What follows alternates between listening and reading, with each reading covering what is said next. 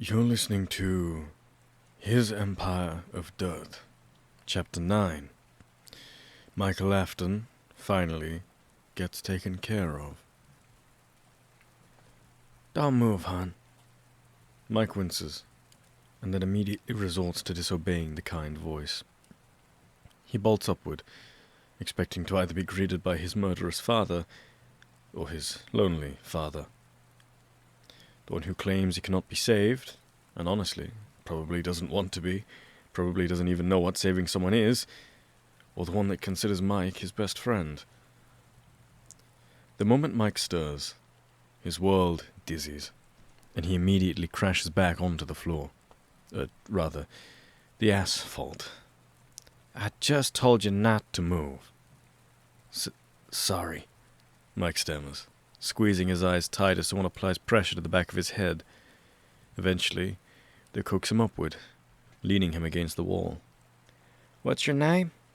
The voice asks, matting his hair with what feels like a rag or a handkerchief. Fritz, Mike answers, partially out of habit, partially because he isn't sure when or where he is. Resorting to a false name has been a defense mechanism for decades now. Fritz Smith. Really, he's never been creative in another or than his sketches. Mike Schmidt, Mike Smith, Fritz Smith have all been crafted on the fly or from people in his real life. Okay, Fritz, I think you took a nasty spill out here. Can you open your eyes? Gently, hesitantly, Mike obeys.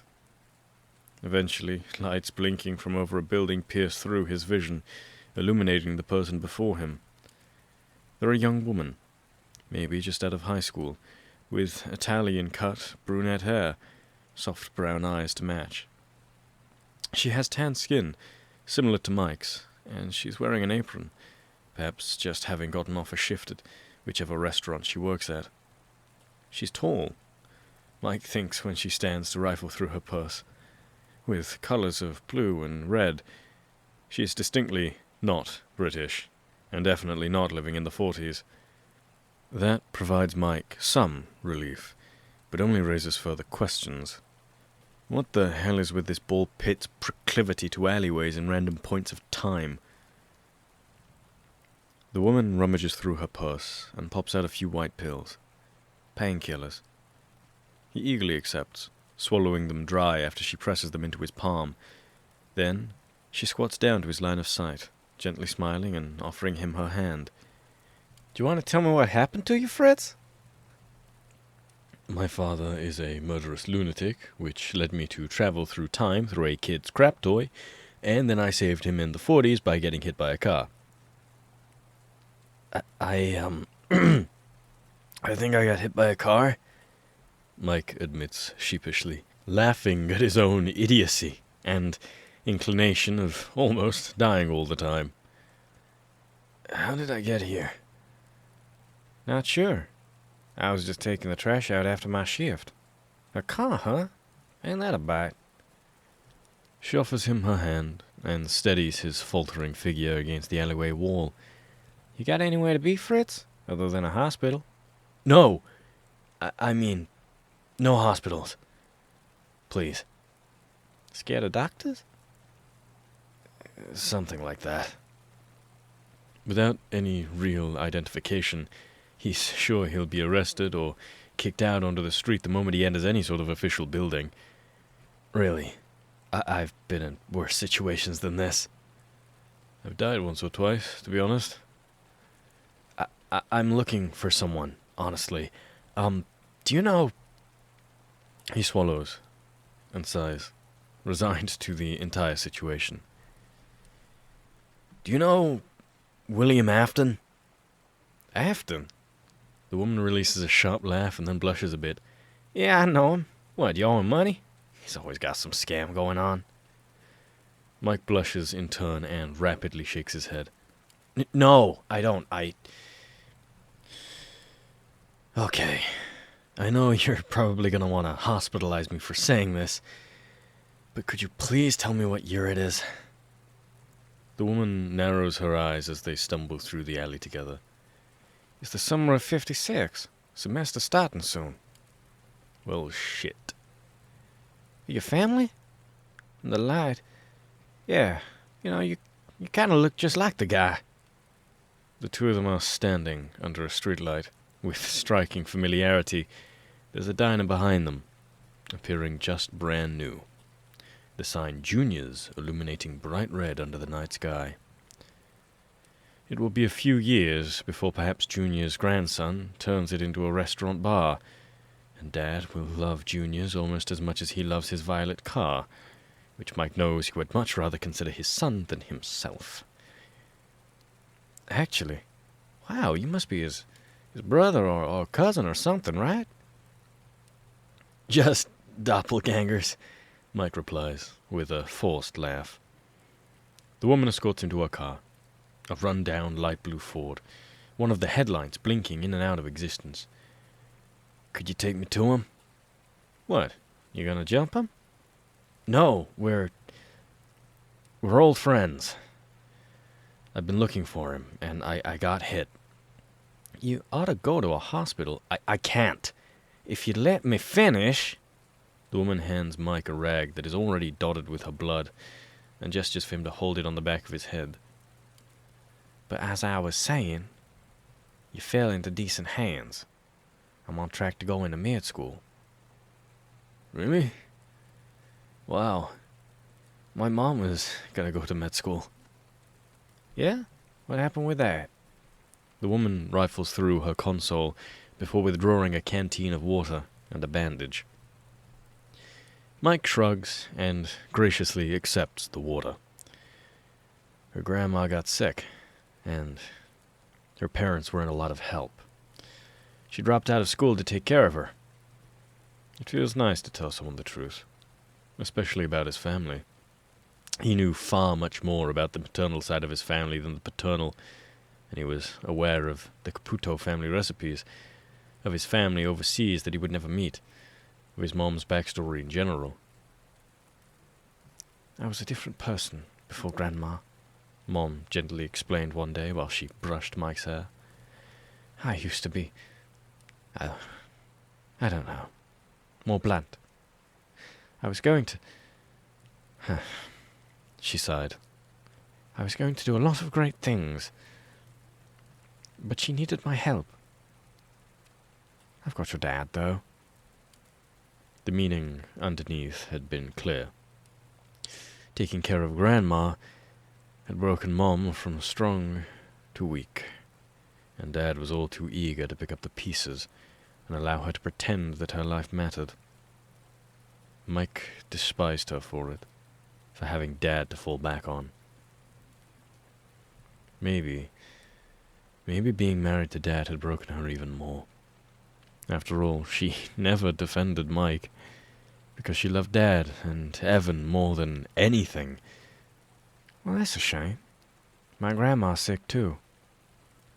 Anyway, Fritz, I can take you to Afton's apartment on campus, but I really do think you'll be in better shape if you come home with me. If I can't get you to go to a hospital, I at least better try to help you so you don't lose more brain cells than you've already lost. Mike chuckles as the woman hops into the passenger seat, turning the knob until Elvis fills the car. Can I ask why you're helping me? What kind of sociopath would I be if I let some bleeding kid die in an alley outside of my shit job? The woman lets out a long laugh before pulling onto the street, swerving a bit. After a few moments of speeding, already, Mike is sure that if his father doesn't kill him in the bullpit first, this woman's driving assuredly will.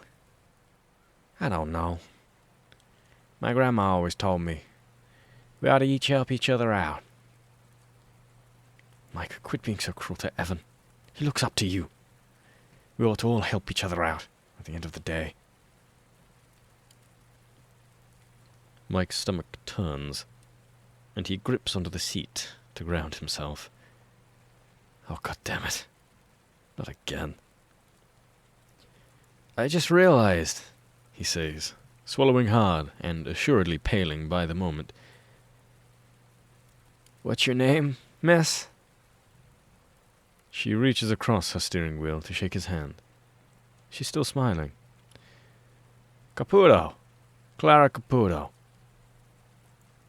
She's so full of life, so determined, that Mike is sure that there's no way that the woman and his mother can be the same person.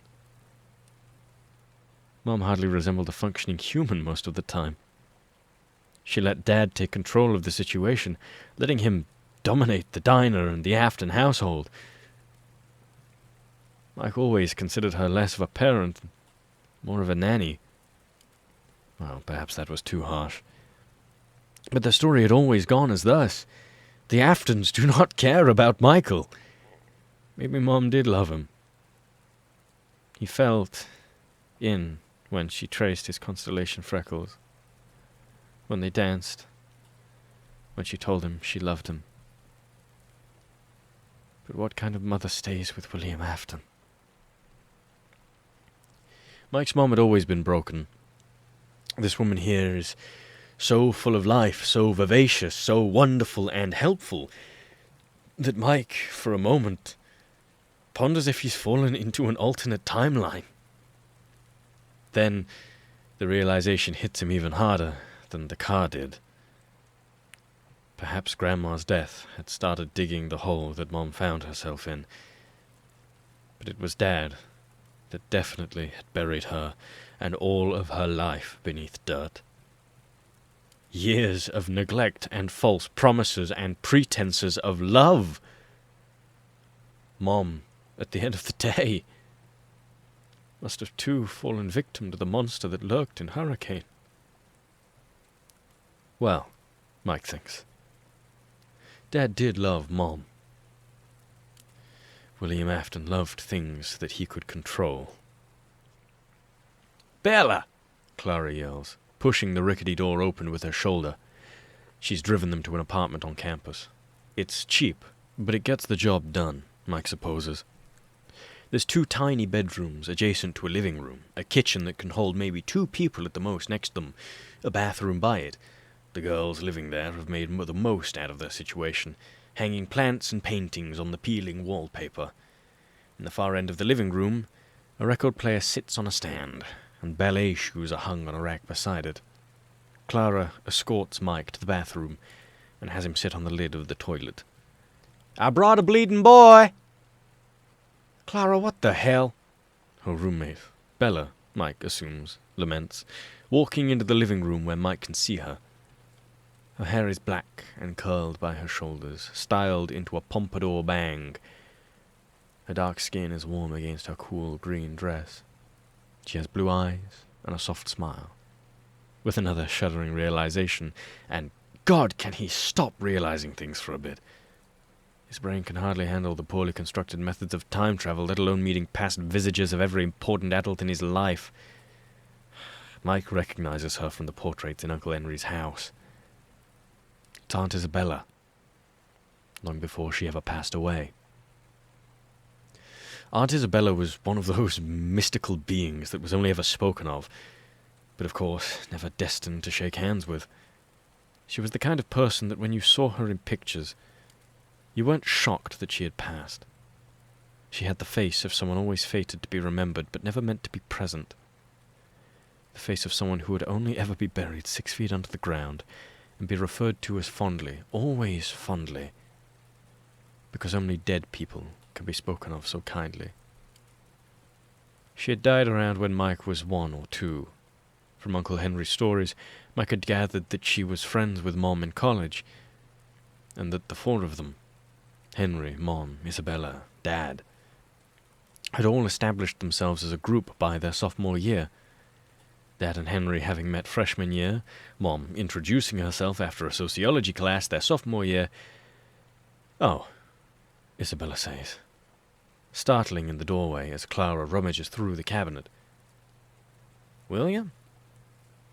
"Fritz," Mike and Clara correct at the same time. "He got hit by a damn tank and refuses to go to the hospital." "Well," Bella says, hand on her hip, "you can't die here, that's for sure." "Wouldn't that be a ball?" Clara says with a laugh, applying something to Mike's head as she moves his hair aside. "No, but he is looking for Afton. I just wanted to clean him up a bit before I bring him there." Oh, it's late, Clara. Let him crash on the couch, why don't you? I really don't want to impose, Mike begins, but both women immediately shush him. It's fine, Fritz, Clara says, and Mike yells when she presses a bit too close to his wound. We'll bring you there tomorrow, okay? You in college, Fritz? Isabella asks, putting on tea. Mike shakes his head. Yada. My dad thinks we're going to start drafting for Vietnam. Mike pales, thinking of being sent to damn Vietnam instead of going through with his half-hazard mission. But then he remembers that at least, in the eyes of the 50s United States government, Michael Afton does not exist. I'm not big on learning, Mike replies instead. Clara patting him on the shoulder, leading him to the couch like he's a geriatric patient. Thank you both for your hospitality. Yeah, Clara says, as she goes to her bedroom, returning with a pillow and blanket. You need to stay up longer, so I'd make sure you don't croak in your sleep. All right. So, you two go to school here? Yep, freshman. Semester starts next week. Clara musses Mike's hair, examining his wound once more. After moved in early. How do you know him? Clara hides a smile and moves to her bedroom. She starts yelling from behind the door for him to hear. He comes to Junior's a lot of the time. She's in love, Isabella interjects, chuckling. Mike tries to hide his bewildered expression, because he cannot comprehend his father and mother being young adults, flirting with each other, Mom fawning over him while he comes into the diner. Not that she's ever spoken to him before. Oh, shut up, Bella, Clara snaps from her room, and Mike's grandparents' accent gives way a bit when she gets angry. When she returns to the living room, she's in pajamas, and she's flipping Isabella off. Why don't you speak to him? Don't you ever speak to him. You stay far ways away from him, and if he ever speaks to you, run. He will ruin your life, and he will ruin your kids' lives, and you won't even give a damn at that point. Maybe he's shy. Clara unwittingly laughs. William Afton is anything but shy, she deadpans, and she starts playing with stray strands of her brunette hair. Mike is a bit surprised about the entire affair. This version of his mother hardly seems shy. If anything, William should have been cowering around her, not the other way around. I hardly think I'm impressive enough to talk to him. Well, now you've got a good excuse to. When I see him, at least. Mike lies back on the couch, wincing a bit as all of his bones just slightly stop excruciatingly aching. Thank you, both of you, for being so kind to me. Mike inhales and suppresses a cry when he realizes he does not recall the last time someone has taken care of him. Dad never had. Mom had, before the bite, before she was gone. Uncle Henry always did, but Mike had been disgusted with himself around his uncle, with the naive idea that I should have been able to save Charlie. He does not want to think about Jeremy. Sure, hon. Don't murder us in your sleep, Isabella requests with a yawn. I mean, if you do, at least clean up afterward. We'll lose our deposit. Mike chuckles. No problem. You both could probably take me with your hands behind your back anyway. Isabella waves to the both of them and shuts her bedroom door behind her. Clara looks to Mike and smiles. Well, you could be his twin, but you're a lot sweeter than he is. Mike stops himself from frowning. If he's not a sweet guy, is he a bad one? Is he not being decent anymore? Then, why are you taken with him? Clara lingers in her doorway for a moment. He's the only son of a bitch in this nowhere town that isn't entirely boring, I think. Her smile fades, and Mike thinks that maybe she actually just wants someone to take care of her. Maybe Clara Caputo is damn tired of being the only one that heals. William Afton, at least in the future, loves broken people. He likes putting them back together again into a mosaic of submissive servitude in the way that he best sees fit. He beats it out of his eldest, and he demands it with his icy gaze. After a while, he reaps it with his knife. "Good night, Fritz," Clara says, her voice softer, and it sounds a bit more like it will in 2.5 decades. "Good night, Clara. Thank you, again." She curtly nods, kills the lights, and closes her door behind her. Mike squeezes his eyes shut, and he imagines that he's just a boy again, and that he's fallen asleep on his couch on the first floor, and his mother has tucked him in, and traced his freckles, and told him how much she loves him. Then, in a beautiful world, she will tell him she's sorry for leaving him behind, and that she loves him just as much as she loves Evan. And of course, she forgives him for the bite. That will never come true, though. Not even in the happiest of times. Because Mike knows he doesn't deserve a good mom, and that he certainly doesn't deserve a happily ever after.